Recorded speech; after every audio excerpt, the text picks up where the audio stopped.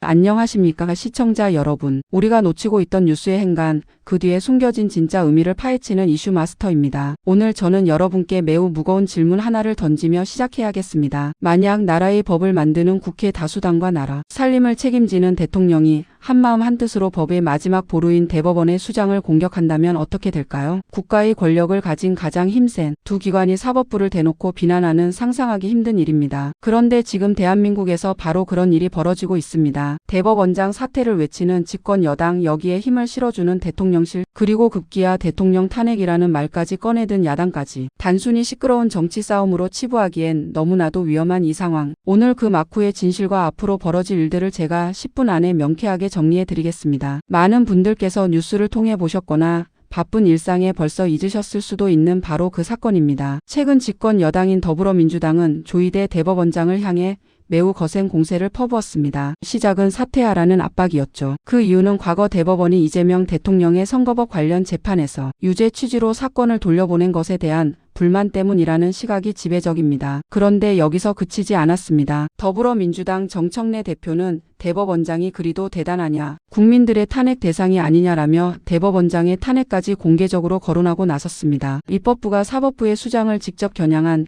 매우 이례적이고 강력한 발언이었습니다. 여기까지는 사실 거대 여당의 힘을 보여주는 압박이라고 볼 수 있었습니다. 그런데 정말 모두를 깜짝 놀라게 한 사건은 그 다음에 터졌습니다. 바로 대통령실의 반응이었습니다. 행정부의 수장으로서 헌법기관인 대법원장을 존중하며 중립을 지킬 것이라 예상했지만 대통령실 관계자가 여당인 민주당의 이러한 주장에 대해 원칙적으로 공감한다는 취지의 발언을 한 겁니다. 이 한마디가 불에 기름을 부었습니다. 야당인 국민의힘은 그야말로 발칵 뒤집혔습니다. 장동혁 대표는 민주당의 저열한 목소리에 대통령실이 공감했다면 이는 명백한 대통령 탄핵 사유라며 대통령을 직접 겨냥했습니다. 대통령과 집권 여당이 사실상 한 팀이 되어 사법부를 흔드는 모습에 대한 엄청난 위기감을 표출한 것이죠. 그런데 말입니다. 뉴스에 나오는 이런 표면적인 사실들만으로는 도저히 이해할 수 없는 점들이 많습니다. 왜 대통령과 집권 여당은 이토록 노골적으로 또 무리해 보이면서까지 사법부를 공격하는 것일까요? 그리고 대법원장과 대통령 둘 다에게 탄핵이라는 단어가 나오는 이 초유의 사태, 과연 현실적으로 가능한 일일까요? 지금부터가 진짜 중요한 이야기입니다. 첫째, 우리는 상권 분립이라는 민주주의의 기본 원칙을 다시 떠올려야 합니다. 우리 헌법은 국가의 거대한 권력을 국회, 정부, 그리고 법원 이렇게 세 개의 기둥으로 나누어 서로를 감시하고 균형을 맞추도록 설계했습니다. 어느 한쪽으로 권력이 쏠리는 것을 막기 위해